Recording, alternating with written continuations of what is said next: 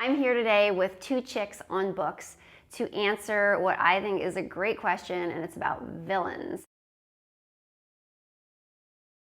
Seeker is the story of three teenagers who've spent most of their lives training for what they think is a noble purpose, to be seekers, only to discover that their families are actually turning them into assassins. In Traveler, as they try to break away from this fate, or maybe embrace it, they discover that the world of seekers is larger than they'd realized, and they become entangled in a plan begun generations ago that immediately threatens their very survival.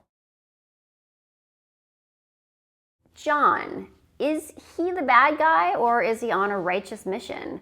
Or is Quinn's family truly bad?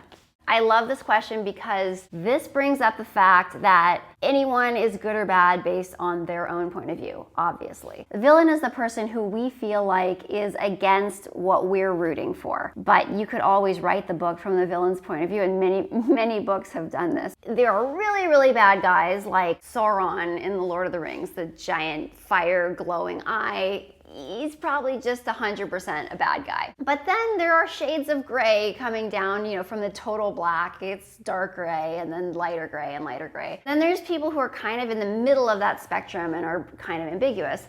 And John, who starts off in the first book, Seeker, as Quinn's love interest and appears to be very deeply in love with her, maybe is the bad guy of the story. In Seeker, and then especially as you move on to Traveler, we understand that John grew up under the really strong influence of his mother and grandmother named Maggie. Is she his grandmother? We'll see. We'll delve into that subject later. So from his point of view, I still think he believes he is doing things that are wrong, but he thinks that they are justified ultimately by what's happened to his family in the past and him trying to set things to rights. But I think his ambiguity is what makes him interesting. And as far as are Quinn's family the bad guys, well, some of them have certainly done bad things. Her father, for sure, is one of the bad guys. And the question is, can Quinn see her way through that and stay true to what she hopes a seeker can be? And we'll see. We'll see if she makes it.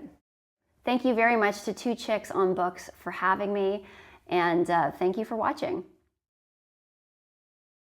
If you're interested in being a writer, I do a weekly video called One Question, 2 Minutes, where I take questions about writing from readers and try to answer them as best I can. Feel free to send me your own questions.